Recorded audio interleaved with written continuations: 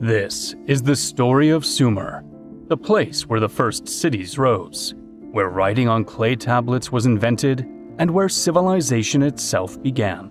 One of the greatest scholars who ever studied the Sumerian civilization left behind a question that still makes people uneasy. Do we really understand the first civilization in human history correctly? Samuel Noah Kramer was not just an ordinary name in archaeology or ancient linguistics. He was the man who spent almost his entire life reading cuneiform signs pressed into clay, lines of writing that had been sleeping for thousands of years inside archives, museums, and research basements. Thanks to him, the modern world heard the voice of the Sumerians for the first time. The oldest love poems, the first classroom lessons, mythological stories, laws, prayers, king lists, and some of the earliest human thoughts about people, order, and destiny. But the closer Kramer came to the end of his life, the more he seemed to be haunted by the very work he had built. Not because he had discovered one more new word, one more new date, or one more broken archaeological fragment. What disturbed him was something much deeper. He began to suspect that the problem was not in the clay tablets themselves, but in the way modern people were reading them.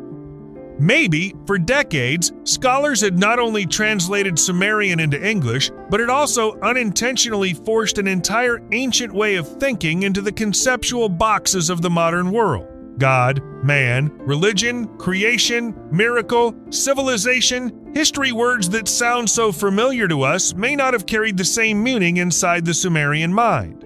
And if that is true, then the story of how human civilization began may not be as simple as the textbooks have been telling us. The most striking part of this story centers on an ancient clay tablet from Nippur, one Kramer had studied since the middle of the 20th century. According to the common interpretation, the text describes the gods giving civilization to humanity as a gift. It is a very familiar motif. In the beginning, humans are weak, chaotic, and unable to organize society. Then a sacred power appears and gives them writing, law, agriculture, cities, and order. That reading fits many other ancient traditions, from Egypt and Greece to Mesopotamia. It is also easy for modern people to understand because we are used to dividing the world into two layers: humans below, gods above, nature on one side, the supernatural on the other. But according to the outline passed down in this story, in the final years of his life, Kramer returned to that tablet and began to feel that everything was no longer certain. He looked again at the words that had once been translated as gift, human, and God. Then he realized that in Sumerian, those words could carry other layers of meaning, more vague, deeper, and much harder to translate. Gift may not only mean something handed over from the outside, it could also suggest awakening, remembering, or a power that had already been inside. Human may not only mean mankind in the biological sense, but also the sleeping one, the one who has not yet become aware. And the word often translated as God may not fully match the modern religious idea of God or a deity. It could be closer to a conscious power, an awakened presence, a living principle within the order of the universe. If read in that direction, the tablet would no longer be saying that the gods gave civilization to humanity. It could be saying that civilization appeared when human beings awakened to hidden abilities they already carried within themselves. And if this is not just a small difference in translation, but a difference in the entire way reality was experienced, then the story of Sumer changes from a civilization that was given into a civilization that was awakened. To understand why that idea was so shocking, we have to go back to Samuel Noah Kramer himself. He was born in 1897 into a Jewish family in a region that once belonged to the old Russian Empire. His birth name was Simcha Kramer. When he was still a child, he and his family migrated to the United States and grew up in Philadelphia. No one looking at that immigrant boy could have guessed that he would one day become one of the most important people in reconstructing Sumerian history. Kramer's early life was not a straight road. He went through many different choices. He taught, he thought about becoming a writer, and he tried to find a stable path. But the real turning point came when he entered the world of cuneiform writing and the Sumerian language. Sumerian is one of the greatest challenges in ancient language studies. It does not belong to any familiar language family. Unlike some other ancient languages, it does not have a complete key that allows modern people to simply unlock its meaning. Scholars had to follow fragments one by one, compare bilingual texts, check them against Akkadian, study vocabulary lists left behind by Babylonian scribes, and patiently piece together each tiny sign. Every mark on the clay was not just a letter. It was the result of a vanished world of administration, religion, trade, schooling, and imagination. Kramer threw himself into that work with a kind of almost obsessive patience. He did not just read a few tablets in order to write a few research papers. He lived among them. At the University of Pennsylvania Museum, which holds one of the most important collections of clay tablets in the world, Kramer spent decades sorting, copying, transliterating, translating, and interpreting them. The tablets from Nippur, a major religious and intellectual center of Sumer, became a source of material he knew so well that some people said he could recognize them the way others recognize the faces of old friends.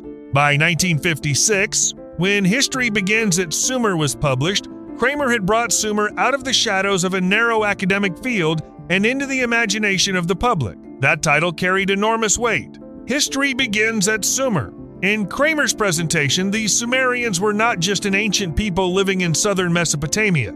They were the pioneers behind many of the recorded firsts in human history. School systems, legal texts, moral debates, love poetry, city laments, creation myths, administrative organization, irrigation techniques, mathematics, and the earliest forms of urban thinking.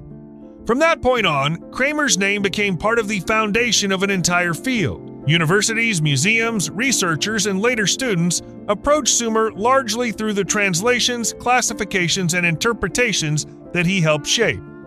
That was both glory and burden, because when one person lays the first bricks of a house of knowledge, later generations often build on that foundation. They may revise, add, and debate, but they rarely go back and ask, what if the original foundation was pointing in the wrong direction? According to this story, that exact question began to appear in Kramer's mind during the final years of his career. At first, it did not show up as a grand declaration.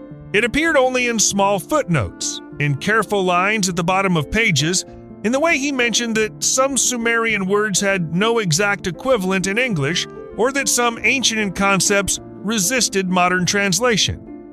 To the average reader, that was just academic caution. But looking back, those notes looked like small cracks in a wall that had once seemed solid. Over time, those cracks became clearer. Kramer was not only worried about one difficult passage or one broken tablet, he worried that modern language itself had caused readers to misunderstand. When a scholar translates the word Dingir as God, they're not simply moving one Sumerian word into one English word. They bring along the entire history of the word God, theology, monotheism, polytheism, the supernatural, ritual, belief, and the opposition between the sacred and the ordinary. But did the Sumerians necessarily think that way? Did they separate religion from daily life the way modern people do, Lane? Did they distinguish nature from the supernatural in the same way? Did they look at a strange event and call it a miracle? Or was it simply another part of the order of the world? This is what makes the story feel more interesting. The question is not whether Sumer had gods or not. Of course, Sumerian texts are full of divine names, temples, rituals, prayers, myths, and sacred symbols. But the question is this: when we use the word religion to describe that entire world, are we cutting it away from the real living context of the Sumerians? For a citizen of an ancient city-state, making offerings in the temple, measuring the water level in canals, recording grain in storage, watching the stars, calculating the calendar, telling the origin story of the city, and serving the city's patron deity may not have belonged to separate fields. All of it may have formed one single network of order, duty, and life. If that is true, then translation is no longer just the job of replacing words. It becomes a confrontation between two ways of existing. In the story of the Forgotten Tablet, the moment Kramer returned to his old translation feels almost like a movie scene. A scholar over 90 years old sits in a quiet room with a copy of an ancient Nippur tablet in front of him. Outside, the academic world keeps moving as usual. Books are still being printed, classes are still being taught, students are still learning that Sumerian civilization was a gift from the gods to humanity. But in Kramer's hands, those same signs suddenly begin to carry a different weight. They no longer arrange themselves into a familiar story. They begin to open up another possibility. Civilization was not a gift falling down from the sky, but a process in which human beings woke up to an order they had not previously recognized. The dangerous part is this. If one major translation can be wrong because the framework of thought is wrong, then other translations may be wrong in the same way. One tablet can pull hundreds of texts along with it. One misunderstood concept can distort the entire image of a civilization. And once that image has entered museums, textbooks, university lectures, and the public imagination, correcting it is no longer a simple academic matter. It touches reputation, careers, education programs, publishing systems, and even the belief that modern people stand in a higher position from which they can observe the past. According to the outline, Kramer shared this concern with several leading scholars in the field. The reaction is described as cautious, even cold. That is not hard to understand. Science and scholarship always claim to be ready to correct mistakes, but in reality, the more mature a field becomes, the more structures it has to protect. Not everyone who resists a new idea is a bad person. Sometimes they're simply trying to keep the system from collapsing too quickly. If a scholar has spent 30 years teaching that Sumerian text A means this, if a museum has built an exhibition around that meaning, if a student has written a dissertation based on that meaning, then accepting that the foundation may be wrong could trigger an intellectual earthquake. However, we need to be clear. The most controversial part of the story about Kramer's final years is not a conclusion that mainstream Sumerian studies has officially accepted. There is not enough strong public evidence to say that the entire academic world hit a discovery that would overturn history. But that is exactly why the story is worth telling in another way. It is not only a story about a buried secret, it is also a warning about the limits of every ancient translation. Even if there's no conspiracy at all, the past can still be distorted by concepts we assume are neutral. Look at the base 60 system used by the Sumerians and Babylonians. Today, we still live with that legacy. 60 seconds make 1 minute, 60 minutes make 1 hour, and a circle is divided into 360 degrees. The common explanation says that 60 was useful because it has many divisors, making it convenient for division, measurement, and calculation. That makes a lot of sense. But if we look at it through the storytelling lens of Kramer's final years, we can ask another question. Was 60 only a tool, or did it reflect the way ancient Mesopotamians experienced cycles, the sky, seasons, and order? In the same way, Mesopotamian astronomical observations were not just scattered notes. They became a long tradition that influenced the way people tracked planets, the sun and moon, calendars, and ritual timing. Modern people usually explain this through patient observation accumulated over many generations, but for ancient people, the sky was not just an object to observe, it was a text, it was a calendar, it was political order, it was a sacred signal. It was an extension of life on Earth. So when we say they practiced astronomy, we may be technically right, but not necessarily right about the experience behind it. A Sumerian city was the same. It was not just a place with houses, canals, grain stores, and temples. It was a living body where water, land, patron gods, kings, scribes, farmers, craftsmen, and rituals all existed in one network. A ziggurat was not simply a religious building in the modern sense. It was a symbolic axis connecting the city to a higher order, while also serving as a center of power, economy, and communal identity. If we divide it into architecture, religion, politics, and economics the way modern academic fields often do, we may understand each part, but we may lose the total feeling that the Sumerians themselves once lived inside. That is why the idea of a collapse of consciousness in the outline, even though it is extremely bold, still has a strong pull for listeners. In this telling, the decline of Sumer was not only a military or political story. It was not only about Akkad rising, city-states weakening, environmental change, war, drought, or shifts in power. It could also have been a change in how humans understood reality. The earlier texts, as Kramer is said to have described them, seem to carry a broader cosmic feeling. Later texts became more practical, more administrative, and closer to ordinary daily life. From that comes another question. Could later Sumerians have stopped understanding their own ancestors in the same way?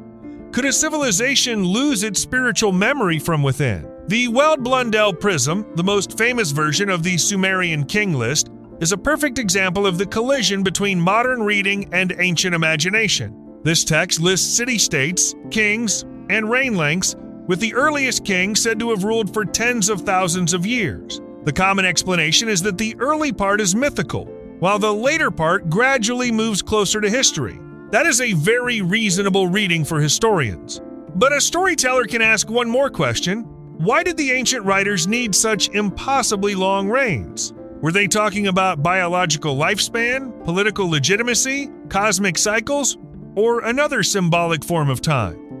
When we rush to say that is just mythology, we may be right, but we may also be closing a door of meaning too quickly. After Kramer passed away on November 26, 1990, the academic world remembered him as one of the most important Sumerologists of the 20th century. Obituaries mentioned his long career, his famous works, his role at the University of Pennsylvania, and his enormous contribution to bringing Sumerian literature to the public. But his late-life doubts, if they existed, did not become a major revolution. The old translations continued to be used, books continued to be reprinted, students continued learning about Sumer through familiar concepts. Museums continued displaying artifacts with labels that made sense to the modern public. That does not mean Sumerian studies stood still. In fact, in the decades after Kramer, the field changed a great deal. Digital projects such as the electronic text corpus of Sumerian literature at the University of Oxford brought many Sumerian texts online in transliteration and English translation. Databases such as CDLI and ORAC made it much easier for researchers to search texts, signs, artifacts, and context than ever before. By 2026, even artificial intelligence and natural language processing had begun entering this field, with large datasets pairing cuneiform signs and transliterations to help read clay tablets. In other words, the decoding of Sumer has never ended. It has only moved into a new stage. But that very development makes Kramer's question even sharper. If we use new technology to process old data, but keep the old interpretive frameworks, are we really understanding more deeply? Computers can help identify signs faster. Databases can help find one word across tens of thousands of texts. Language models can suggest transliterations with increasing accuracy. But the final question still belongs to human beings. What did that word mean in the world of the person who wrote it? What system of thought did it belong to? Does it become distorted when it passes through English, French, German, or Vietnamese? And can a civilization be misunderstood, not because we lack data, but because we trust our own language too much? This is where the story of Kramer becomes more than just an archaeological story. It becomes a story about humanity's memory. We often think the past lies still, while the present is the active observer. But in reality, the past always resists us. It comes to us as fragments, clay, broken writing, uncertain names, grammar without full context, and symbols that have lost their original living environment. Every time we translate an ancient text, we are not only unlocking the past, we are also bringing ourselves into it. We bring modern religion, modern science, modern politics, modern psychology, and even the modern habit of dividing life into academic fields. Then we think we're looking at the Sumerians, when sometimes we may only be looking at our own shadow on the surface of clay. That is why the forgotten tablet becomes such a powerful symbol. It does not necessarily have to be the final proof of a hidden secret. It can be a reminder that even the smallest artifacts still have the power to shake the biggest stories. A piece of clay sitting in a museum drawer can force us to ask again, what is civilization? Where does it begin? Was it given, invented, or awakened? Were ancient people truly more naive than us, or did they simply live inside a different system of meaning, one we have forgotten how to enter? Perhaps the most careful answer is this. We should not turn Kramer into the figure of a conspiracy theory, but we also should not ignore the uneasiness this story represents. History is not a frozen block of stone. It is a constant negotiation between evidence, language, and imagination. What today is considered the standard translation may be revised tomorrow. What one generation calls myth may later be reread as political memory, philosophy, or social symbolism. What we call religion may in the ancient world have been science, law, agriculture, astronomy, and ethics all at once. And somewhere in the archives of Philadelphia, London, Oxford, Berlin, Baghdad, or Istanbul, there are still countless clay tablets that have not been fully read, not been fully translated, or have been translated but not necessarily fully understood. Some lie in boxes, some sit behind display glass, some have been photographed and placed into digital databases. Others are still waiting for a patient enough expert to bend over every cuneiform mark. Each tablet is a fragment of memory. Each sign is an ancient hand pressing into soft clay and leaving a trace for thousands of years later. Samuel Noah Kramer once helped the world hear the voice of Sumer again. But perhaps his most important legacy is not only what he translated correctly. Perhaps it is also the courage, near the end of his life, to doubt the very way he had understood. For a scholar, nothing is harder than that. Because admitting the limits of your own understanding is also admitting that the past is larger than any system we build in order to grasp it. If the first civilization in human history still has something to say to us, perhaps it is not hidden inside one sensational message. It lies in the long silence of clay. It forces us to slow down, become more humble, and ask ourselves, are we translating the ancients, or are we translating ourselves through the ancients? Are we learning history, or are we repeating a version of history that has been made too easy to understand? And if the Sumerians really did once see the world in another way, deeper, more connected, more whole, then the most frightening thing is not that we do not understand them. The most frightening thing is that maybe we once had the ability to understand like they did, but lost it a very long time ago. So the story of the Nippur tablet, of Kramer, and of his late life questions does not close with a certain conclusion. It opens a door. Behind that door is the entire problem of ancient studies in the new century. How do we use modern technology without letting it make us overconfident? How do we use modern language without letting that language swallow the ancient world? How do we retell the first history of humanity while still preserving its strangeness, complexity, and mystery? Maybe one day, another tablet will be read again.